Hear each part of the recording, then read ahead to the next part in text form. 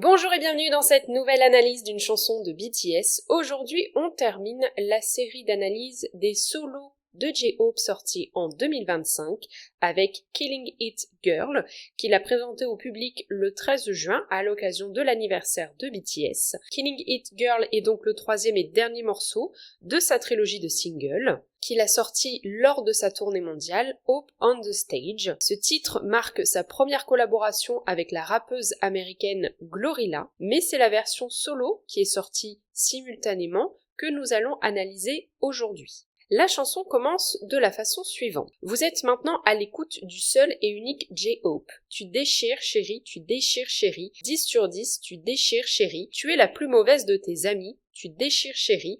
Tu es venu ici dans une Lambo, tu déchires chérie. Tout ça sans un homme. Comme on peut le voir, ce premier couplet est à la gloire de la jeune femme à qui il s'adresse. On le voit notamment avec la répétition de la phrase « tu déchires chérie » qui est présente tout au long de ce premier couplet. La personne dont parle J-Hope va être caractérisée par l'adjectif « baddest » dans les paroles originales, que l'on peut traduire littéralement par « la pire », mais en anglais c'est un argot que l'on utilise en général comme un compliment, et donc il faut interpréter également la phrase comme un compliment. On a une comparaison qui est faite entre la jeune femme et une Lambo, qui est le raccourci pour désigner une Lamborghini, une marque de voiture de luxe. Donc cette comparaison a pour but de faire un compliment. Et un autre point qui est mis en avant dans le passage, c'est le fait que cette jeune femme ne dépende de personne. Elle est présentée comme étant indépendante. Tout ça sans un homme. Enfin, on a une notation exprimée avec la phrase 10 sur 10. Cette notation est couramment utilisée dans le cadre de la séduction.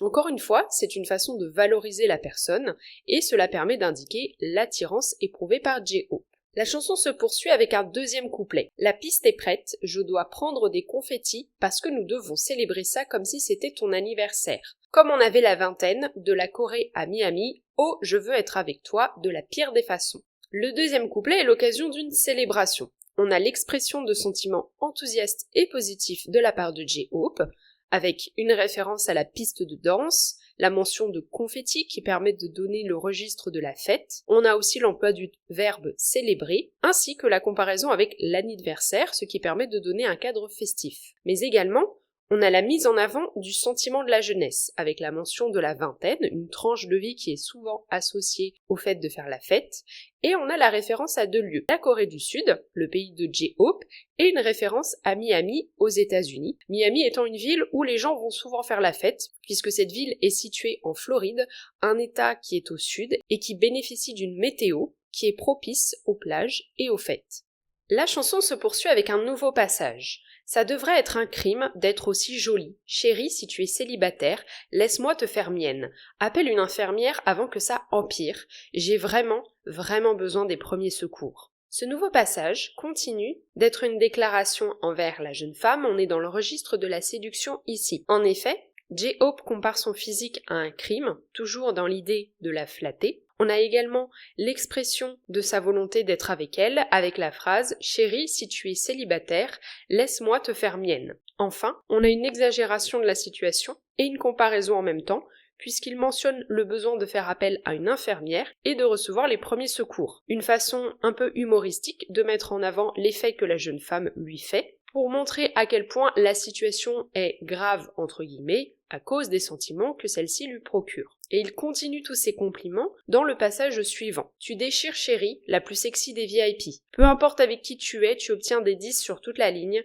Sur qui tires-tu pour gagner la guerre? Jolie fille, tu es super canon. Les compliments continuent donc avec la phrase tu déchires chérie, répétée à de nombreuses reprises dans le premier couplet de la chanson et que l'on retrouve ici. La jeune femme est qualifiée de sexy et est comparée à une VIP. VIP étant l'abréviation de Very Important Person, donc littéralement une personne très importante. Et encore une fois, cette comparaison a pour but de faire un compliment à la jeune femme, et on retrouve la notation 10, comme elle était exprimée dans le premier passage, tu obtiens des 10 sur toute la ligne, donc toujours dans l'idée d'évaluer positivement la jeune femme. Enfin, on a à nouveau une association un peu exagérée et humoristique, toujours à l'avantage de celle-ci, avec les deux dernières phrases du passage, qui impliquent le registre de la guerre, avec la mention du terme guerre et du terme canon. Sur qui tires-tu pour gagner la guerre? Jolie fille, tu es super canon.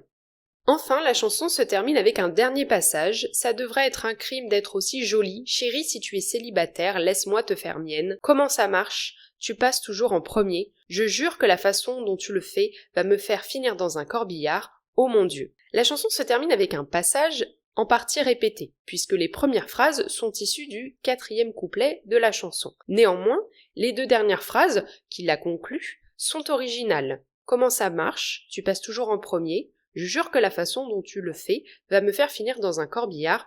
Oh mon Dieu. On retrouve ici la mention des problèmes de santé que peut rencontrer J-Hope, donc on reste dans cette idée d'exagération avec une référence à la mort. Cela permet de continuer la mention des premiers secours dont il a besoin qui était précédemment énoncée dans la chanson. Il mentionne en effet le corbillard qui désigne le véhicule dans lequel on transporte les cercueils. Cette métaphore filée permet toujours de qualifier l'effet que la jeune femme lui procure, toujours à son avantage. En conclusion, il s'agit d'une chanson où J-Hope exprime sa volonté de séduire une jeune femme par laquelle il est attiré. Ainsi, la chanson est semée de compliments à la gloire de cette personne, et tout au long de la chanson, il fait appel à des images ou des situations plus ou moins loufoques et exagérées pour imager les sentiments auxquels il est en proie. J'espère que cette analyse vous aura plu. N'hésitez pas à me dire ce que vous en avez pensé en commentaire. Si vous avez aimé le podcast, n'hésitez pas à laisser un pouce bleu et à vous abonner si ce n'est pas encore le cas. Vous pouvez aussi le partager aux personnes autour de vous qui s'intéressent à BTS et à la K-pop. On se retrouve lundi prochain à 18h pour une nouvelle analyse.